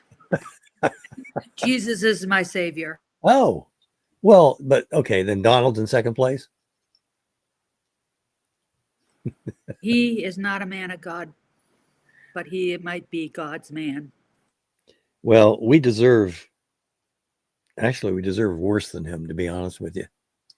We've earned the right to have Kamala. We really have. And if we don't wake up, we're going to get worse than that. Only it's going to look a lot prettier. Oh, yeah. Oh, yeah. Oh, man. As goes the family, so goes the church. As goes the church, so goes the nation. Lighting the candle here this morning, folks. Last call radio.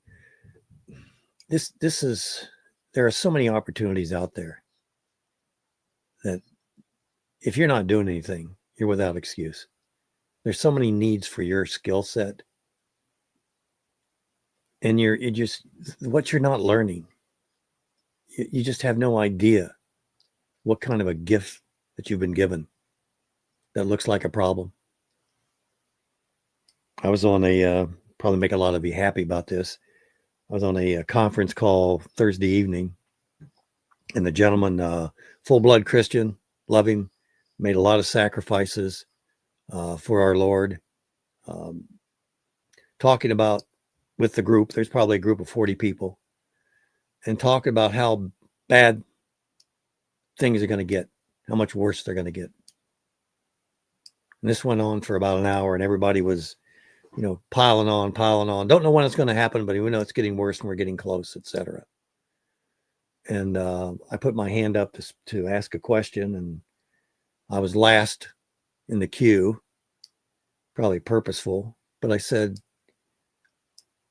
I've heard what everybody is talking about. And I came from an environment. By the way, B.J. Edwards is a nom de plume, if you will, that I use to honor my mother. My mother was a saint. My old man was, wow. Nobody's totally worthless. They can always serve as a horrible example. That would be my dad. Womanizer, abuser, physically, mentally. If there was a way to abuse somebody, he abused me mentally. Didn't want anything to do with me. Told me how worthless I was. Never went to any of the father and son things. Never went to any of my. He went to one athletic event in my senior year, and stayed there for maybe 15 minutes, and then left and went to a bar, got drunked up like he normally did. My mother, on the other hand, had me in church Sundays, choir on Wednesdays. And thanks to her, I'm where I am today. It took a while. It took some beatings. But I got to where I got to. And I'm taking the easy path. In America, you can do that. But that easy path is ending because too many people have taken it. Too many leaders have taken it. We could talk about family leaders. We could talk about church leaders. We could talk about state leaders. This is an easy country to run. Just get money from the populace and spend it on what the news media tells you should do, and then you'll get hired again the next time around if you're a politician. If you're a pastor, you don't want to upset any of your congregation. You want to entertain them. You want them to come back and bring their billfolds with them and purses. Dad, you could sit at home on couch, having your favorite adult beverage, while mama takes your kids to events. It's all too easy, folks. Way too easy. And we're suffering from it. We're in the Uber age. And the next age would be the AI age, where in the Uber age, you think about it, you make a call, and you get it. In the AI age, you don't even have to make the call. You're going to get what AI believes you need. And we're getting right now what our leaders believe we'll accept. Not what we need, but what we accept. Absolute power corrupts, you betcha. And there's always a drive to get more power. And yeah, Don, love you, brother. Money is the power to make decisions. And the more money you have, the more decisions you can make. And the less money you have, conversely, the less decisions you can make. And when the government takes that money away from you and your family and uses it to try to destroy your family,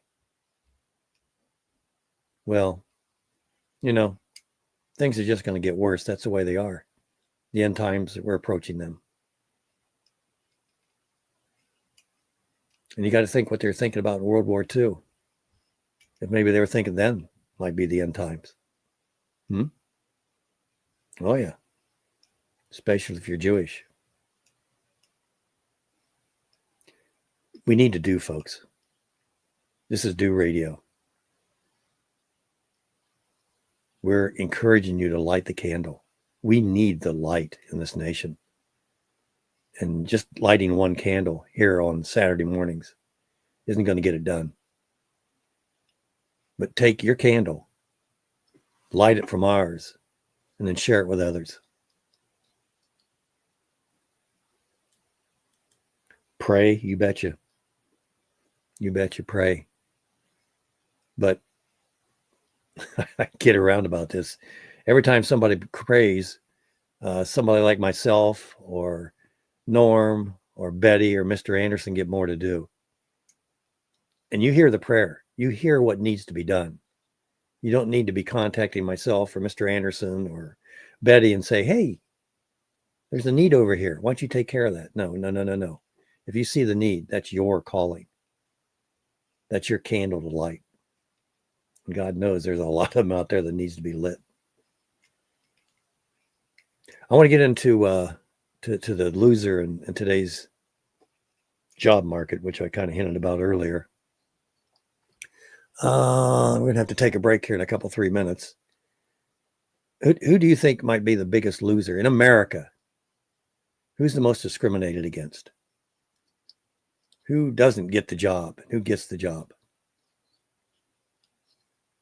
The biggest loser, and I've gone over this before, in today's world, today's job market, is the American male, white, and if you're a Christian, it's a double whammy. This is from a writer at the Washington Post, liberal, but telling the truth. Jacob Savage writes about a lost generation, what many have observed but few are willing to talk about, picking up with his description of hiring at the parent company of the Los Angeles Times and the San Diego Union Tribune. For a typical job, we get a couple hundred applications, at least 80 from white guys. The hiring editor recalled. It was given that we weren't going to hire the best person. It was jarring how we would talk about excluding white guys. White men were nearly half of the applicants, but they were now filling closer to 10% of the open positions. In the newsroom, everything was driven by identity, with endless diversity training, a racial climate assessment. At one point, reporters were told that they had to catalog in minute detail the identity characteristics of all their sources. He who controls the information controls the world. Since 2020, only 7.7% of Los Angeles Times interns have been white men. How many of those were Christian, you think?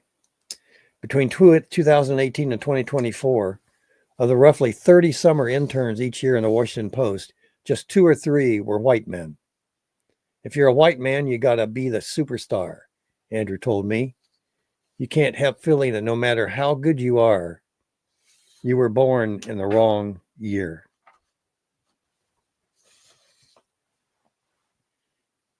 Going to take a break, and we go back and break. I'm going to give you a headline. Money talks, folks. Money talks. And there's one major network that was probably, no, it was the most liberal network. But they're making some changes. They have to stay alive. Mr. Anderson, take us to break, and I'll talk about this network. Gender, guess who can be found at your local Target or BDSM shop. Batteries not included, except as an additional gender. Welcome back from commercial, everybody.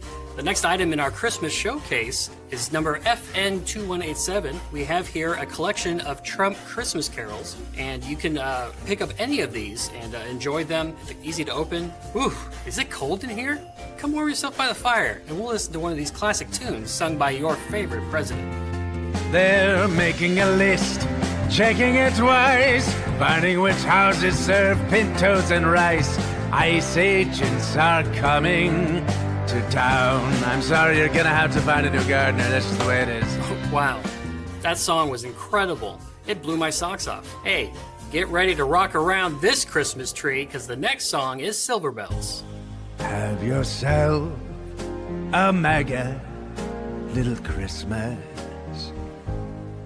from this house of white, both the building and my race. If you say happy holidays, you'll be shot on sight.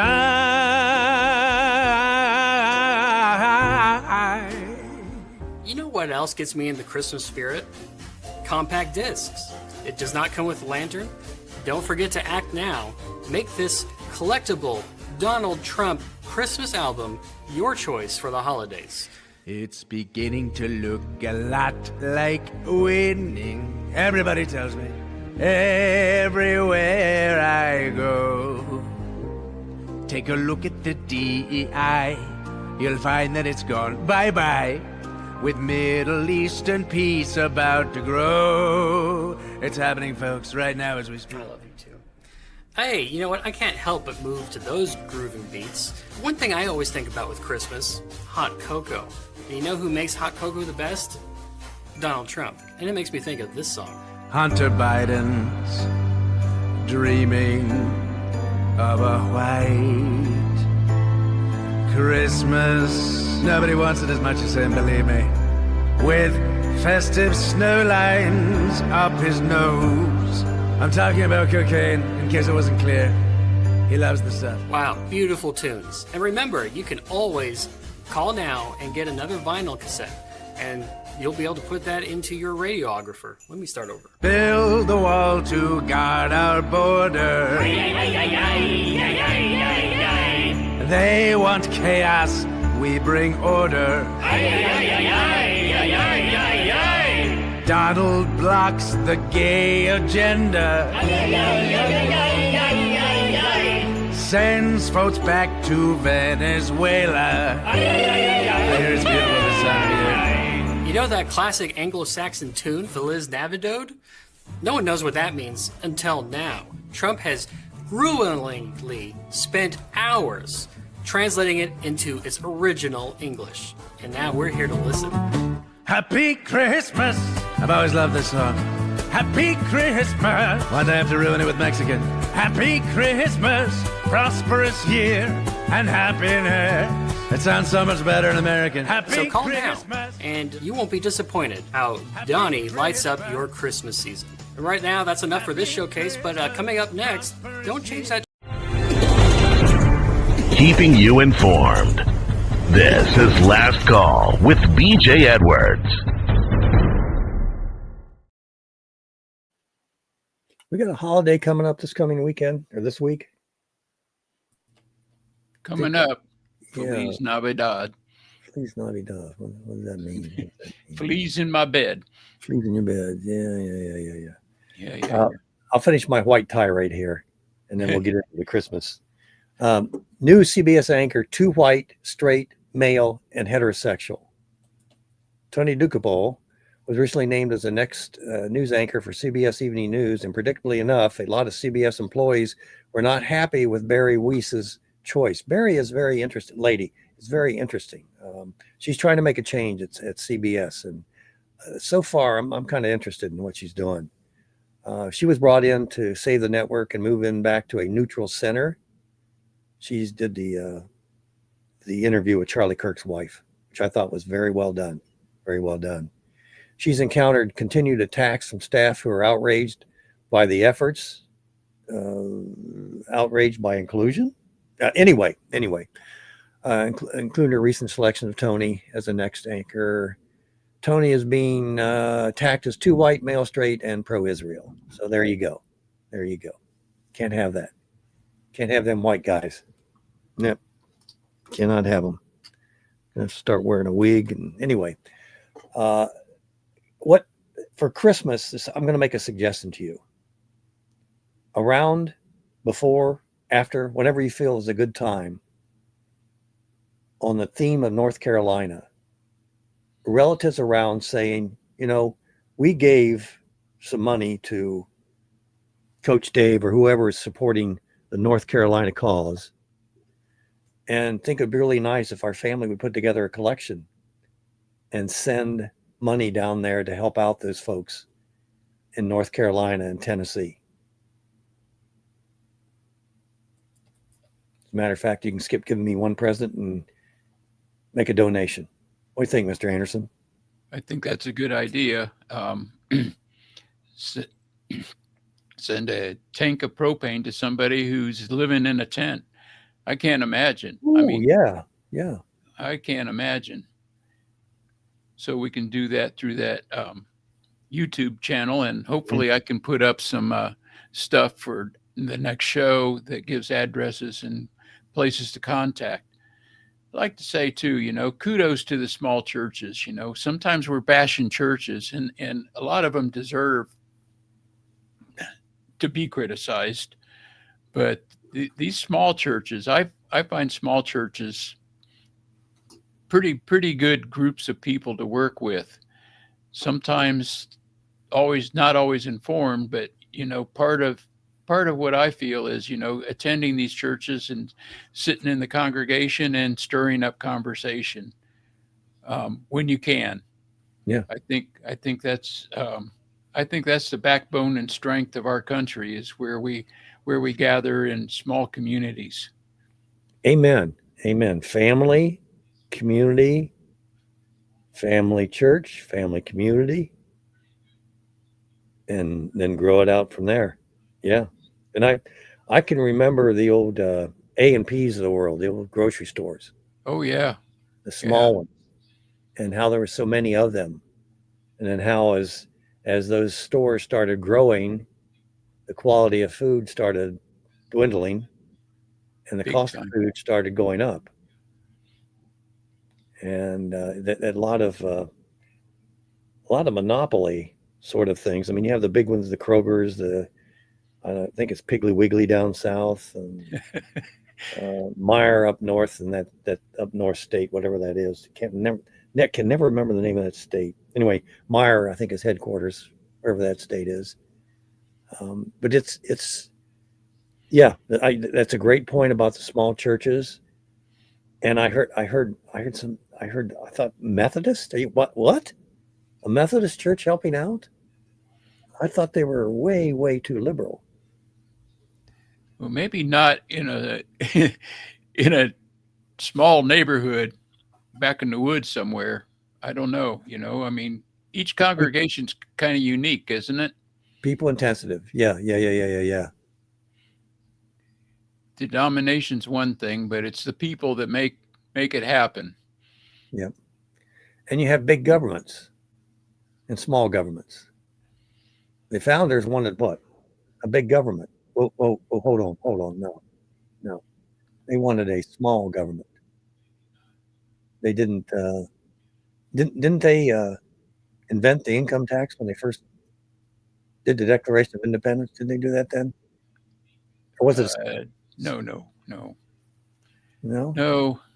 That didn't come around till what, 1913, somewhere around there. Yeah, I think so. Yeah, when we got smart.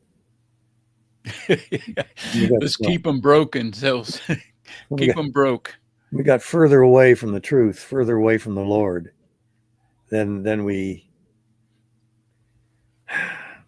take it from there, Lord. Right. Isn't that it? We'll take it from there. They created not independence, but dependence. Yep. And that's where we are. I hope you all have great plans, family get-togethers. Look for things that you agree on. I stumbled across something the other day with a very close relative of mine that I'm trying to develop a stronger relationship with. Not going to mention any names or the item, but it's something that they're interested in. And I expressed, well, maybe we should try this. And surprisingly enough, yeah, looking forward to it. Look for commonality.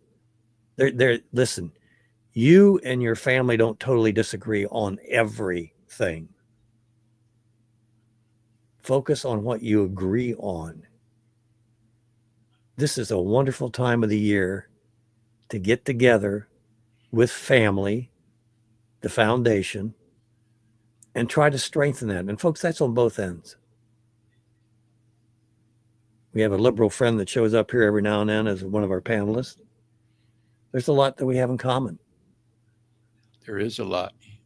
And we need to build on that as versus accentuating our differences. Be it a skin color or a belief, we're all here on planet Earth trying to do the best we can. Sometimes, like in the Carolinas right now and third world nations, that's just about survival. But we've been blessed here. It's no longer survival. Although if we keep looking the other way, it could very easily quickly become survival. But I'm hoping and praying that you all have a great Christmas with your family, friends, community. If you get a chance, there might be an opportunity to share your beliefs, your religious beliefs. After all, it is Christmas. And use that to your advantage.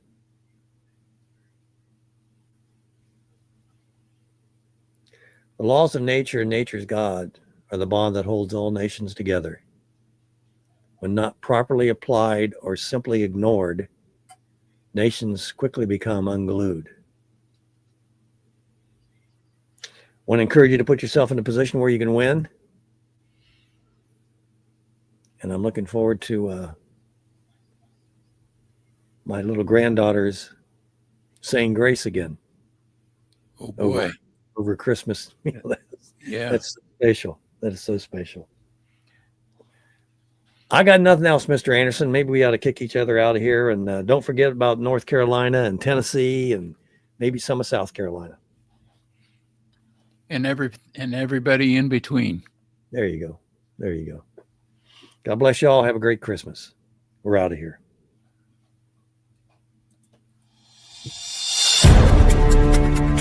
Join us next week for Last Call with BJ Edwards.